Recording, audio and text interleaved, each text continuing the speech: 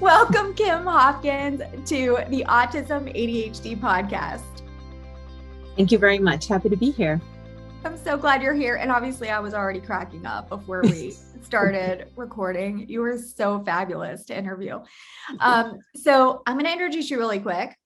Kim Hopkins is a licensed clinical social worker who specialized in working with behaviorally challenging kids for more than 20 years. She has been a collaborative and proactive solutions trainer since 2007, helping schools, residential programs, hospitals, and parents to successfully implement the CPS model. Ms. Hopkins is also the Director of Outreach and Communication for Dr. Ross Green's nonprofit, Lives in the Balance. So today we're really going to focus on collaborative and proactive solutions. So for those who are unfamiliar with that approach, how would you describe that? It's quite different from how we're taught to parent kids and educate kids and provide services to kids. And it's based in a few kind of key tenets, or really we call them big shifts because we're all taught so different than this. But first, we like to not focus on behavior. And most models, you're focusing on frequency, intensity of behavior. How do you, address behavior? How do you stop behavior? We're not focused on behavior. We're focused on problems that precipitate behavior, unsolved problems that are unsolved, that are waiting for the adults to step in and help to solve these problems. So we call this an upstream model. When kids are in the water, they're doing their behavior. And a lot of models are focused on throwing them a life ring, right? Our model is an upstream model where we're saying, let's get out of the water, let's dry off, let's walk upstream, and let's see what we find there, and how come kids are getting pushed in the water in the first place. And what we find are problems that they didn't know how to solve. And when we focus our interventions on solving those problems, we actually extinguish the very behavior we're talking about without focusing on it, which is really key. In our model as well, we're collaborating with kids. This is something we're doing with them, not to them, even young kids, even kids who have verbal difficulties. This is a very, very collaborative, transparent process. Our model is also, as the name would suggest, proactive in nature. You can apply our model emergently when kids are drowning in the water and, you were surprised by what happened. That's not the best use of it. The best use is to talk with kids about problems they're having trouble solving when the problem's not happening. So proactively outside of the time that the problem is happening. To get the most bang for your buck. It's just a very different way of thinking about how to use your relationship with the child. And it is all very relationship based and non-punitive and respectful. And man, does it get the job done, even though it can be a 180-degree departure from how we were all originally taught to help kids, no matter what our role is with them. I love that it is collaborative. And I think oftentimes, I think we're about the same age. So thinking about the way we traditionally not only were trained, but brought up, right? Mm-hmm. This is very different. Mm-hmm. So children are to be seen, not heard. Right, my friend? And I heard that growing up. I'm sure my parents are probably not appreciating me putting that out there, but it's true. And it's very much the opposite of what you're saying. You're saying, okay, this child is struggling. How do we help them communicate even what's occurring for them? And I think that is a game changer in how that can really support them, not only in that moment, but throughout their lives. Yeah, and the lenses that we try to view kids with we call them our kids do well if they can lenses, which is very different than what I know how I was educated to help kids, which is kids do well if they wanna. And that's very different. If you believe that kids do well and if they wanna, then you think, well, this kid doesn't want to do well. So my role in helping is to make them want to do well. I was in the make them wanna business for a long time, early in my career in residential care. And residential care back in the 90s, we could make kids wanna in some very, very tough ways. We could be very creative about making kids wanna. And then we'd scratch our heads about why that didn't work or why it didn't work long term. When we switched our lenses and viewed kids as they would do well if they could, which is a slight shift in verbiage, but a huge shift in perspective, then your intervention, your role as a helper is to figure out what's getting in the way of them doing well. They believing they want to do well, they would do well if they could pull it off, but they can't pull it off. So let's get curious about that, which opens up the door to a host of interventions that are actually much more successful. So when you say that, what I'm picturing is this door opening and you know how that happens, because it really is a very different approach. Oftentimes in my practice, you know, I'll notice, and this is a very human thing to do, right? We want to make sense out of what we see. We're just humans. We want to know why, because if we know the why, we can feel better because we'll have an idea of why this is happening. And not only why is it happening, but a solution that might work. But the problem with that is oftentimes we get it wrong, right? We often say, well, they're choosing not to, or they're not trying hard enough, or we somehow, for some reason, put it back on the child. And I'm not sure why, like, again, maybe that's easier, even though we don't mean to. If it maybe shines the light back on us saying maybe we're not doing enough and that's uncomfortable, you know, I'm not sure, but really it is a collaborative approach, but that child has to be a number one of, you know, figuring out why that is for them. And then it could be a communication difference, a developmental difference, or this child doesn't feel like they can tell you. So that's another thing that we have to look at. But I love the way you're saying to look at this in a different way, because that child's situation, that child's experience matters. Mm-hmm. Yeah. And we talk a lot about, in a slightly different way, about figuring out each kid's why and when, but it's rooted in 50 plus years of research that has been very slow. I don't know why, to make it into mainstream, but it's coming. There's a nice swell of it coming, right? And what the research tells us is that the reason why kids exhibit challenging behavior in the face of frustrations is because they lack the skills not to. And we're talking about some of the skills you brought up, but high level critical thinking skills, problem solving skills, language skills, frustration tolerance skills, flexibility skills. There's a whole bunch, right? And that's the why. And then we figure out the when, you know, when is the environment asking these kids to produce skills they don't have? In other words, and we're part of the environment, you know, when are we putting expectations on these kids that they don't have the skills to meet? And so when we figure out each kid's specific why and when, then we have something we can work with, because the when are the unsolved problems. And then we can get to work collaboratively and proactively solving those problems. When we do that, we actually end up teaching skills without even thinking about it, without even worrying about it, through the 3 steps of collaborative and proactive solutions, which is kind of neat. So it's important to know the skills deficits, although you don't have to be precise when you're trying to figure out the why. And people always get worried that, well, I don't know, is it really about a transition issue, or is it really not being able to read social cues? It doesn't really matter. We're just sort of figuring out, we have a tool to help. It's called the Assessment of Lagging Skills and Unsolved Problems. It's a single sheet of paper to help you figure out the why and the when, because it's really critical to do that first before you solve problems. And people get hung up on, well, I'm not sure like what lagging skill it might be. And then, frankly, we're not going to know. We're just sort of looking at that to keep our kids do well if they can lenses on, and then to help us think examples of the when, you know, when does this play out? When, you know, what are the expectations that are going unmet, or what are the problems that are going unsolved? And then we can get to work solving them.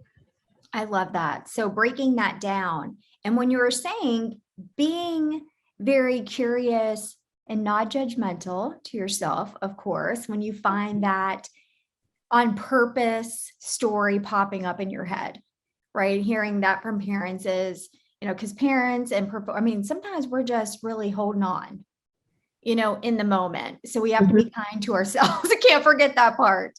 We do. So noticing that, oh, the on purpose, they're doing this on purpose is coming up.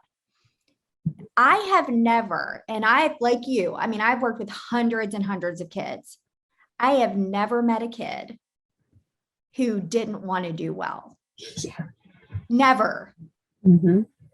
It's always been, I feel like I can't, or this is hard for me, or this is too boring, or I don't feel supported. I mean, there's always, of course, there's 1,000 examples of that, but I have never seen it. And when a parent asks me, is this autism? Is this choosing bad behavior? I say it doesn't matter. This is a kid who's struggling. And so we are going to look about what's happening in that for that child, what's happening around that child. Like you said, the environment, which includes the parents, the teachers, the professionals, everybody. It's not about piecing out what that is on purpose or not on purpose, because I think we get stuck in that. Yeah. Yeah. We view behavior as not being intentional for the reason you said. We haven't met the kid yet either who doesn't want to do well. We always say that we haven't met the kid who has the skills and just lacks the motivation to pull them out when they need them. We have not met that kid. It is not about motivation. Kids are inherently motivated to do well by virtue of the fact that they are human beings and that life goes better for them when they're doing well. It is not a picnic for us parents. No, it isn't. But things are even harder for that kid for not doing well. And they're not waking up in the morning thinking at approximately 2:13 today, I am going to throw my snack across the kitchen. Like that is not typically what's happening, right?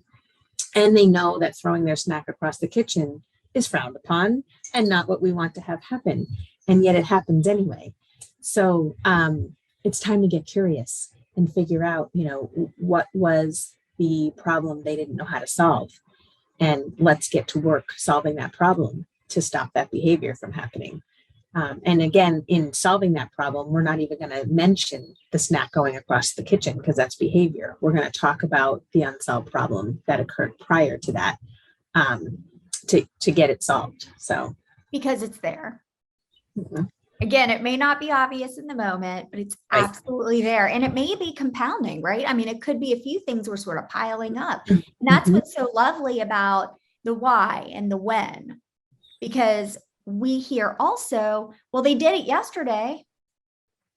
Oh, you're smiling. You know what I'm talking about. So they did it yesterday, which means they have this skill, but they're not doing it today, which means it's on purpose. They're not doing it on purpose, which is actually not true.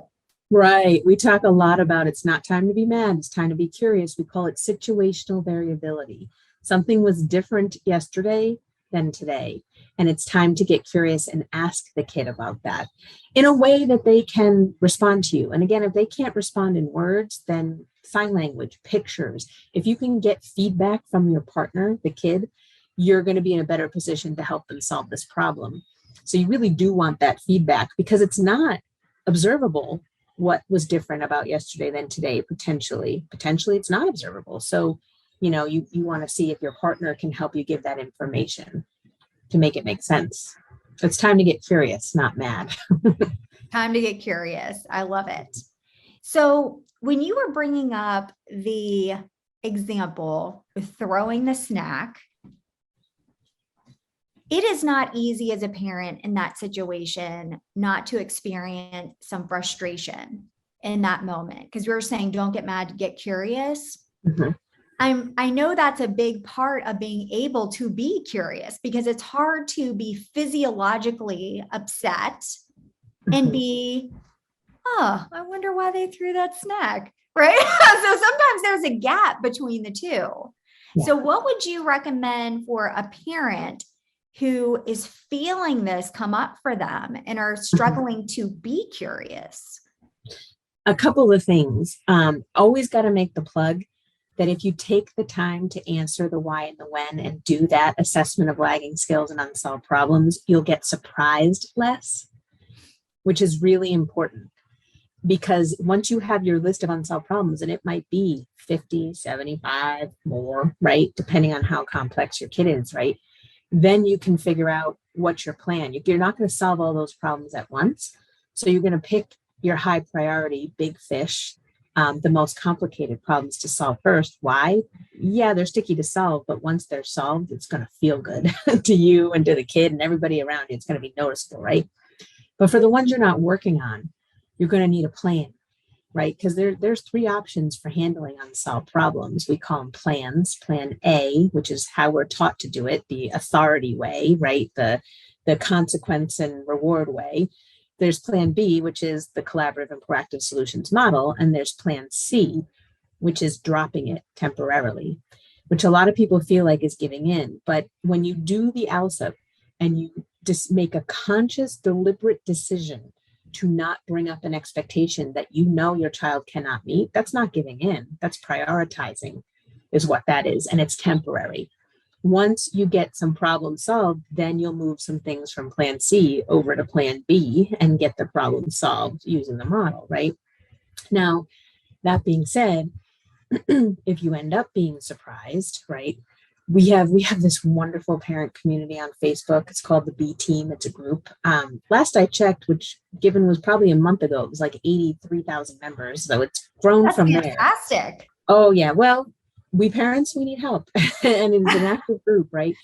So I've seen some really great advice in there, parent to parent. One of the pieces I love and use often, one parent said, I try to tell myself, my kid is not giving me a hard time. She's having a hard time. And so like posting these mantras that speak to you, so you can kind of take that deep breath. I remember I was, we do a lot of work virtually, even before the pandemic. It was virtual with like schools and hospitals and residentials. And I was working with a group on Zoom. And I've done this work for a long time, and I had never been interrupted because I'm at my home office, but I make sure that I'm not interrupted. Like I figure things out, right? One time I did this, my daughter was like 7 at the time, and I thought I pre-planned with her that she would be, occupied till her father got home. It was like 20 minutes. That was it.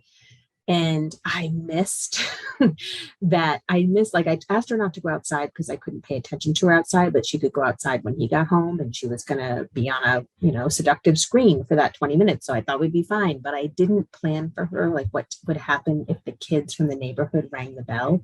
So she thought, well, I can't go out, but I'll invite them in. So anyway, chaos ensued because, they have a ton of energy.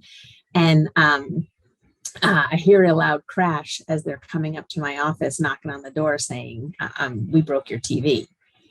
So like, I'm in this and I'm by nature fiery. It takes a lot of work for me to stay centered, a lot of work. And I'm not always successful because I'm human, right? And now I have a group watching me. So okay, this is kind of great. So because I didn't want to take the time, this is an emergency application of either plan A, B, or C, which again, we don't want to find ourselves in the heat of the moment, but I found myself in the heat of the moment despite my pre-planning. So I have plan A, which I could blow up my relationship with my daughter by, how could you do this? Go to your room, boys go home, right?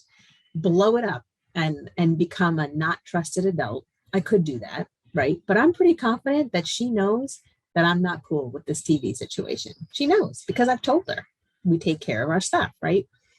I could go with plan B, which is the model. Emergency plan B is not like there's 3 steps to the model. It's not a nice, neat 3 steps in emergency B because we've got heat and rush to the mix. We've got emotion. So it would just be about bringing her back to baseline. But I wasn't sure how long that would take, and I had to get back to my group. So I chose to go with emergency C. And I said, you're not in trouble. I'm not mad at you. We'll figure this out. But right now I have to get back to work. What do you say we ask the guys to head outside and wait for you until daddy gets home, and you will go outside just as we planned, and then we'll figure this out later. And she was like, and I asked her, okay. And we did figure it out later. And when we figured it out, I didn't even bring up TV because that's behavior. I brought up, it was difficult knowing what to do when the boys rang the bell and mommy was working. That's what we had to solve to not have the behavior happen, right? And I asked her later because I knew I would use it in training. And I said, when I said that to you, did you get the sense that I was cool with what went down with the TV? And she said, no. Right. So just because we table our expectations temporarily doesn't mean kids start to think, oh, this is camp run amok and I can do whatever I want. We're being strategic. That was a strategic move, thinking about, I had other things to do, right? And I didn't want to blow things up because that's going to make things worse. And I don't want to do that. Right. And you know what? We'll figure it out later. And it took a lot for me to do that. But I did it. And the more that we can do that, the more solid our relationship with our kids become, the more likely that our kids will be honest with us when they mess up big time. Because if they're afraid of getting plan A, they're going to go underground with what they're doing that they know they shouldn't be doing. And I don't know about you, but my daughter just turned 12. I'm headed into those teen years, right? I'm nervous about that. And I want to make sure that if she does something she knows I'm not thrilled about, that she asks me for help, that she sees me as a helper, not as somebody who's going to make it hurt because she messed up. And because we all mess up. Yeah, we do. So we can look at it with shame. Mm-hmm. And again, like you said, cover it up, or we can look at it as this is a learning opportunity. Let me try to work through this and problem solve.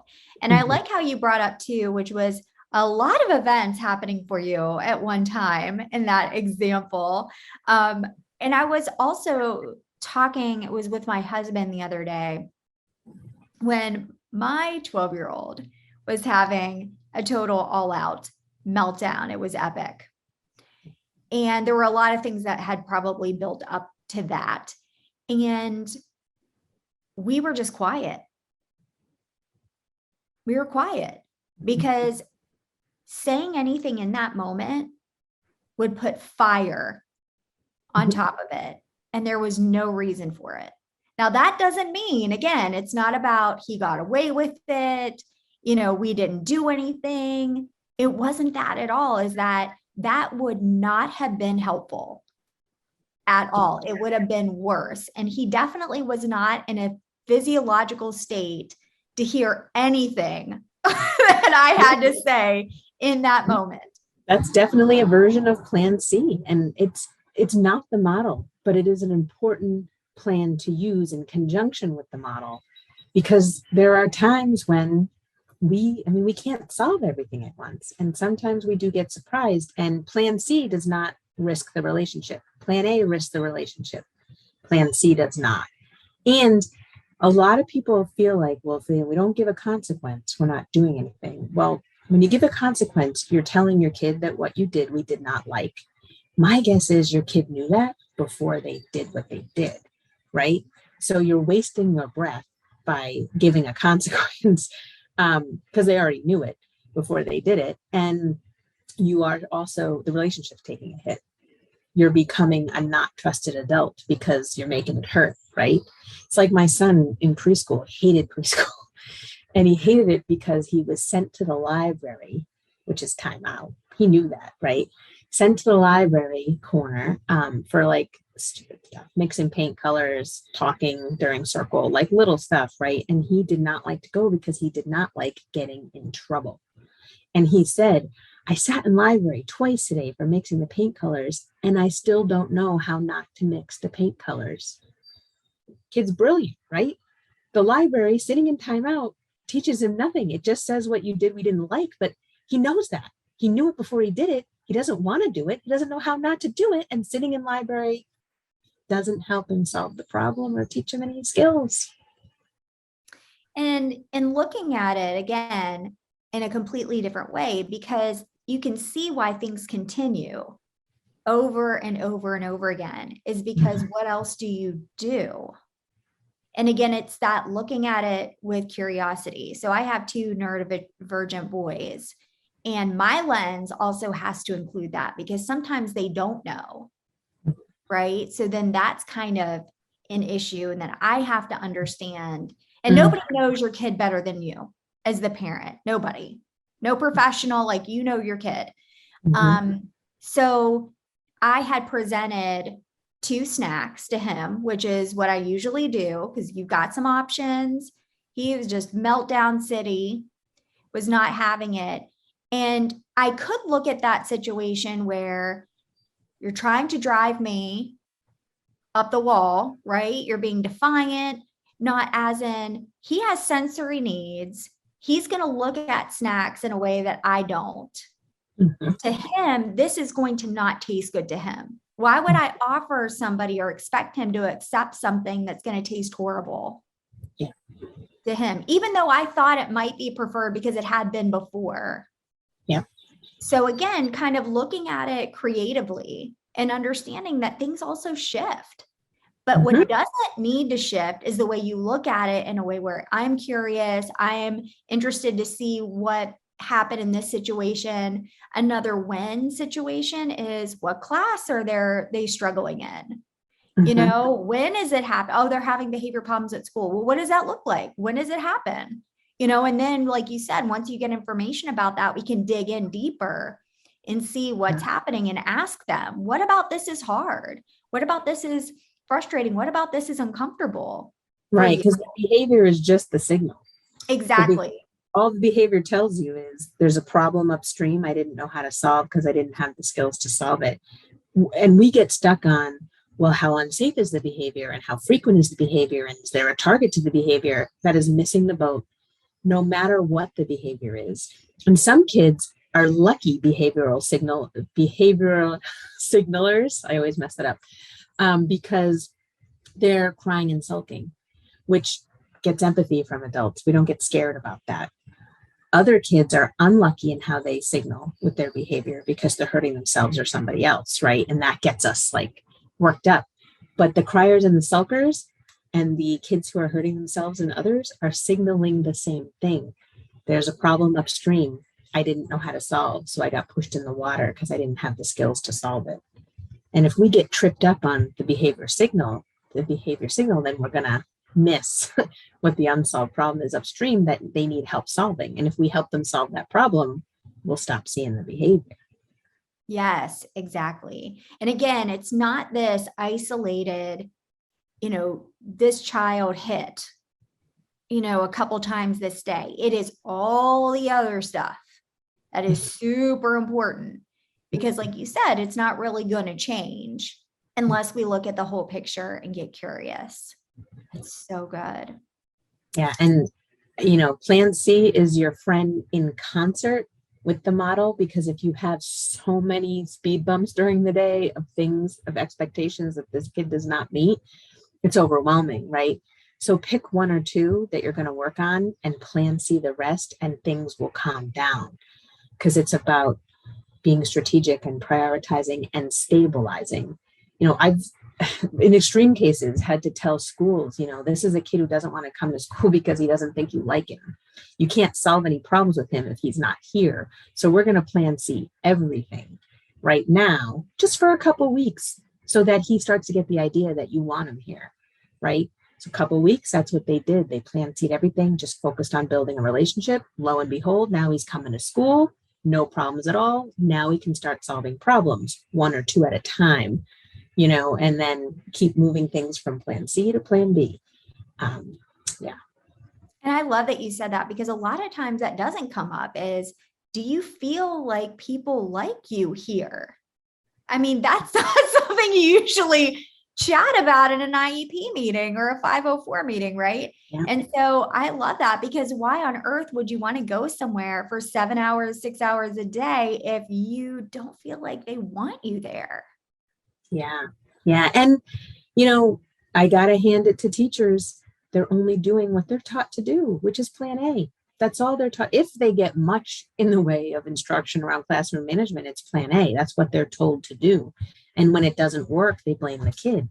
You know, the system is broken. We need to be giving teachers different tools and resources to work with kids differently, and the time to do it. We have a documentary that you can watch on our website in its entirety for free. It's called The Kids We Lose. It's a very hard watch. It's meant to be a hard-hitting expose to tell lawmakers, like, the system is not working for kids, parents, teachers, providers, and it needs to be fixed. But it has like real footage of things not going well in schools, like paddling and things like that. But it's, you know, it's meant to say, like, we haven't set anybody up for success here. And we need to take a look at our system. Including the teachers. Yeah. Right. And so I love that you said that, because and you and I are talking to the professionals here that are the therapists like us. So I want to specifically say, every opportunity you have, join those IEP meetings, join those 504 meetings. So as much as I possibly can for my patients, I'm in there, because that gives me an opportunity to really get on the team with the teachers and help support them too. If they're going and, Dr. Green and I had talked about this a while back about looking at a functional behavior assessment in a school, and what a huge piece that, well, there are tons of pieces. There's probably 1,000 pieces missing. Let's just get, but a big part of that is, what does the child say? It's nowhere in there in this sort of box that teachers have been trained. And again, teachers are doing the best they can. They are overworked, underpaid, stretched thin. So if any of you therapists hear this and you get the opportunity to jump in those meetings, please do it, because that gives you an opportunity to shift. If there is just a focus on, well, we just got to get this kicking down or this screaming down, this gives you a great opportunity to not only support your patient or your client, but also support those teachers. Yeah. And, I'd add to that the collaborative and proactive solutions model doesn't just apply to kids. If you're a provider in an IEP meeting, chances are there's competing concerns on the table, that the school's worried about some things, parents worry about another. If you have the kid's voice, which I hope you do, but you often don't, but we advocate for, then maybe you have a third set of competing concerns. And that's what the model is about, rectifying all of that. Like, first understanding everybody's worries, and then working toward a solution that addresses everybody's worries. And nobody's worries are less important than anybody else's, which is a really neat thing for kids, because the way that we're taught to work with them now and parent them now is that their worries don't even count. They don't matter. Yeah. And in our model, their worries and concerns and perspective is given equal weight to our own. And we work just as hard to meet kids' worries and concerns as we do our own. And then guess what? They start to work to meet ours, because we're doing that for them. And so this isn't just a model to use with kids. It's a great way to figure out problems not going well between adults too. And IEPs are often places where there are competing concerns. So let's figure out a solution that works for everybody. And let's make sure we're understanding where everybody's coming from and not just pointing fingers and accusing. And like you said, what a lovely model for so many situations. We wish nations would use it. I know, right? That would be fantastic. We'll just get you on there. We'll just get you on there to talk to them. So Kim, thank you so much for coming and speaking with us today. I know that our watchers and listeners have loved this talk and have gotten so much value out of it. So how do they learn more about your solutions program? Where can they get more information? Well, there's a lot of great things about Dr. Green, but one of the best things is that he puts his model for free entirely on our website. You can watch videos, you can download things that we've talked about today. You can get information about the 3 steps that I didn't actually go into, all of that, video, audio, and downloadable stuff. So our website is livesinthebalance.org. And there's a treasure trove of information on there. You can also follow us on Facebook. We have multiple Facebook groups, which are listed on our website too. We've got a YouTube channel with videos for parents and educators and providers. We do lots of free and low-cost training, both in-person and virtual. Lots of things to take advantage of on there. So, and always welcome to use the Contact Us form if you're looking for something you can't find, or you have a suggestion about a resource that we could put together to be helpful. So please be in touch. Oh, perfect. And I'll make sure that that is down below, so they can just go right in the notes and grab that information. And again, awesome. Thanks so much. And I hope we get to talk soon. Same here. Thanks for having me. Take care. Bye-bye. Bye. Thank you for joining me today. Don't forget to click that subscribe button so you don't miss any future episodes. If you like this episode, please share it with someone. It may just be what they need to watch today. If you're a parent, I'd love if you came on over and joined our Facebook group, Autism ADHD Group for Parents. If you're a therapist or educator, come on over to our group, Autism ADHD Group for Therapists and Educators. You're going to find those links right down there in the notes. Thanks so much, and I can't wait to see you in the next episode. All content provided is protected under applicable copyright, patent, trademark, and other proprietary rights. All content is provided for informational and educational purposes only. No content is intended to be a substitute for professional medical or psychological diagnosis, advice, or treatment. Information provided does not create an agreement for service between Holly Blanc Moses Crossvine Clinical Group, the interviewee, Holly Blanc Moses LLC, and the recipient. Consult your physician regarding the applicability of any opinions or recommendations with respect to your symptoms or medical condition or the symptoms or medical condition of your family member. Children or adults who show signs of dangerous behavior toward themselves and/or others should be placed immediately under the care of a qualified professional.